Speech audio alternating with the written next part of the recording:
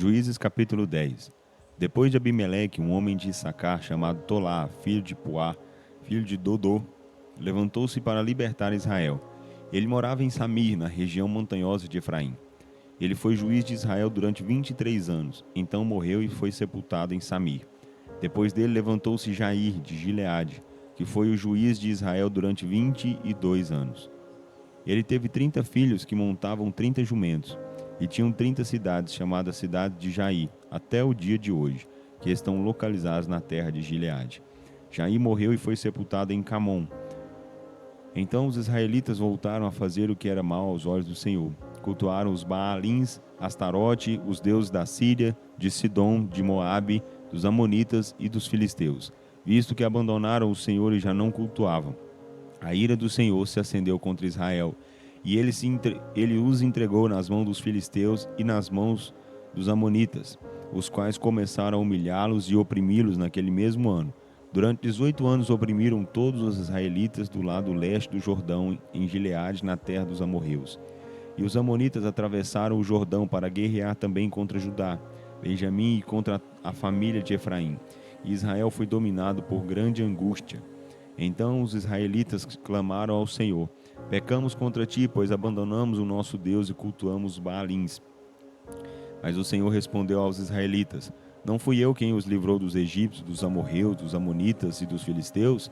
Quando os sidônios, os amalequitas e os maonitas os oprimiram e clamastes a mim, não vos livrei das mãos deles? Mesmo assim vós me abandonaste e cultuaste outros deuses. Por isso não vos livrarei mais. Ide e clamai aos deuses que escolhestes, que ele vos livrem na hora da angústia. Mas os israelitas disseram ao Senhor: Nós pecamos, faze tu conosco o que achares melhor, mas te suplicamos que nos livres hoje. Então se desfizeram dos deuses estrangeiros que haviam entre eles e voltaram a cultuar o Senhor, que se moveu de compaixão por causa do sofrimento de Israel. Depois disso, os amonitas se reuniram e acamparam em Gileade. Os israelitas também se reuniram e acamparam em Mispá. Então os líderes do povo de Gileade disseram uns aos outros: O homem que começar a guerra contra os amonitas será o chefe de todos os habitantes de Gileade. Juízes capítulo 11. Jefté, o gileadita, era um homem valente, porém filho de uma prostituta. O nome do seu pai era Gileade. A mulher de Gileade também lhe deu filhos. Quando os filhos dela já eram grandes, expulsaram Jefté e lhe disseram: Não herdarás coisa alguma na casa de nosso pai, porque és filho de outra mulher. Então Jefté fugiu dos seus irmãos e se estabeleceu em Tobi. Um grupo de homens vadios se juntou a Jefté e o seguia. Depois de algum tempo, quando os amonitas entraram em guerra contra Israel, os anciãos de Gileade foram buscar Jefté em Tobi. E lhes disseram: Vem e sê o nosso comandante para que combatamos os amonitas. Mas Jefté perguntou aos anciãos de Gileade: Acaso não me odiastes e não me expulsaste da casa do meu pai? Por que me procurais agora que estais em dificuldade? Os anciãos de Gileade responderam: Nós te procuramos agora para que venha conosco, combata os amonitas e seja o chefe de todos os habitantes de Gileade. Então Jefté disse aos anciãos de Gileade: Se me levar de volta para combater os amonitas e o Senhor os entregar a mim, então eu serei o vosso chefe. Então os anciãos de Gileade responderam a Jefté: O Senhor será testemunha entre nós de que faremos o que disseste. Assim Jefté foi com os anciãos de Gileade, e o povo o fez chefe e comandante de todos. E Jefté repetiu todas as suas palavras diante do Senhor em Mispá. Depois disso, Jefté enviou mensageiros ao rei dos amonitas para lhe perguntarem: Que tens contra mim, pois vieste guerrear contra a minha terra? O rei dos amonitas respondeu aos mensageiros de Jefté: É porque Israel tomou minhas terras, desde o Arnon até o Jaboque e o Jordão, quando subiu do Egito. Então restitui-me agora essas terras pacificamente. Porém Jefté enviou novamente mensageiros ao rei dos amonitas, dizendo-lhe: Assim diz Jefté: Israel não tomou a terra de Moabe, nem a terra dos amonitas. Mas quando Israel subiu do Egito, andou pelo deserto até o Mar Vermelho, e depois chegou a Cádiz. Dali enviou mensageiros ao rei de Edom, pedindo-lhe: Deixa-nos passar pela sua terra. Mas o rei de Edom não lhe deu ouvidos. Então enviou o mesmo pedido ao rei de Moabe, e este também não consentiu. Assim Israel ficou em Cádiz. Depois disso, os israelitas andaram pelo deserto e contornaram a terra de Edom e a terra de Moabe. Passaram a leste de Moabe e acamparam do outro lado do Arnon. mas não entraram no território de Moabe, pois o Arnon era a fronteira de Moabe. Então Israel enviou mensageiros a Sion, rei dos amorreus, em Hesbom, e lhe pediu: deixe-nos passar pela sua terra para irmos ao nosso lugar. Mas Sion não confiou que Israel fosse apenas passar pelo seu território. Ajuntou todos os seus combatentes, acampou em Jaza e guerreou contra Israel. Então o Senhor, o Deus de Israel, entregou Sion com todos os seus comandantes em tuas mãos, nas mãos de Israel, que os derrotou. Assim Israel se apoderou de todas as terras dos amorreus que viviam naquela região. Apoderou-se de todo o território dos amorreus, desde o Arnon até Jaboque, e do deserto até o Jordão. Visto que o Senhor, o Deus de Israel, expulsou os amorreus da presença do povo de Israel, irás possuir esse território agora? Tu não te apoderas dos territórios de Camós, teu Deus desapossa para ti?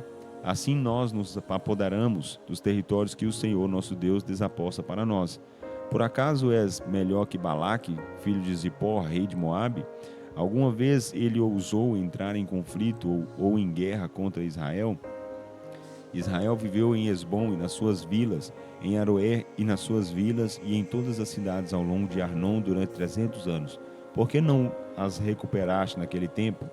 Nada fiz contra ti, pelo contrário, tu é que ages com injustiça para comigo, ao guerrear contra mim.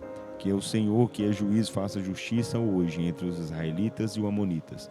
Porém o rei dos amonitas não deu ouvido à mensagem que Jefté lhe enviou. Então o Espírito do Senhor veio sobre Jefté, de modo que ele passou por Gileade e Manassés, chegando a Mispa de Gileade, e dali atacou os amonitas.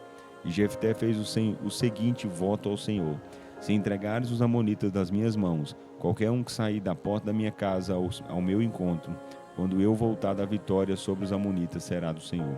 Eu o oferecerei em holocausto. Assim Jefté foi ao encontro dos amonitas para guerrear contra eles, e o Senhor os entregou nas suas mãos.